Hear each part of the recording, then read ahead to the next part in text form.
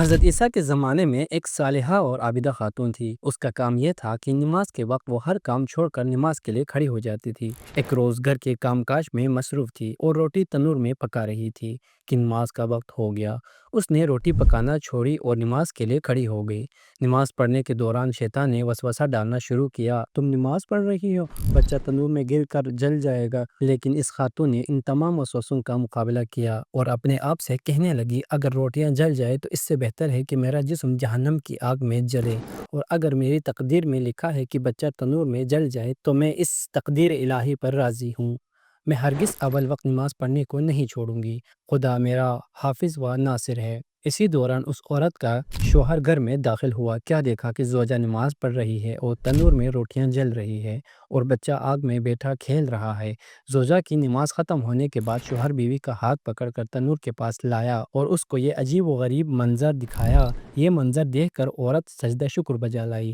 شوہر نے بچے کو اٹھایا اور حضرت عیسیٰ علیہ السلام کے پاس لے کر آئے اور سارا واقعہ زوجہ کی اول وقت نماز، روٹیوں کا جلنا، بچے کا تنور میں کھیلنا بیان کیا۔ حضرت عیسیٰ علیہ السلام نے فرمایا، اپنی زوجہ سے پوچھو تو اس نے کیا کام کیا ہے جس کی وجہ سے یہ کرامت انجام پائی ہے، کیونکہ یہ کرامت انبیاء علیہ السلام سے انجام پاتی ہے۔ شوہر نے زوجہ سے پوچھا، تو نے کون سا ایسا کام کیا ہے جس کی وجہ سے تجھے یہ کرامت حاصل ہوئی ہے؟ عورت نے کہا، میں نے آخرت کے کاموں کو دنیا کے کاموں پر مقدم کیا۔ جب نماز کا اول وقت ہوتا ہے تو میں تمام کام چھوڑ کر نماز کے لیے کھڑی ہو جاتی ہوں۔ جس نے مجھ پر جفا کی ہرگز اس سے کینہ دل میں نہیں رکھتی۔ اپنے کام خدا کے سپرد کر دیتی ہوں، اس کی رضا پر راضی رہتی ہوں اور خدا کے حکم و فرمان کو اہمیت دیتی ہوں۔ خلق خدا پر لطف و مہربانی کرتی ہوں اور جب بھی سائل دروازے پر آیا اس کو کبھی خالی ہاتھ واپس نہیں بھیجا، اگرچہ کم مقدار میں ہی دیا ہو، اور یہ کہ نماز شب اور نماز صبح کو کبھی ترک نہیں کیا۔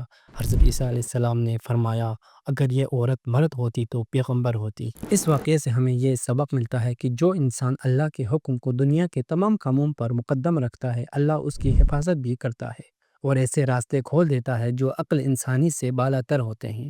خاتون نے نماز اول وقت کی پابندی کو اپنی زندگی کا اصول بنایا اور شیطان کے وسوسوں کے باوجود اللہ پر کامل بھروسہ کیا۔ اسی اخلاص، توکل اور نیت صادقہ کے نتیجے میں اللہ نے اس کے لیے کرامت ظاہر کی۔ اس سے یہ بھی معلوم ہوتا ہے کہ جو شخص دل میں کینہ نہیں رکھتا، مخلوق خدا سے مہربانی کرتا ہے، سائل کو خالی نہیں لوٹا اور اللہ کی رضا پر راضی رہتا ہے اور اللہ کا خاص قرب حاصل کرتا ہے۔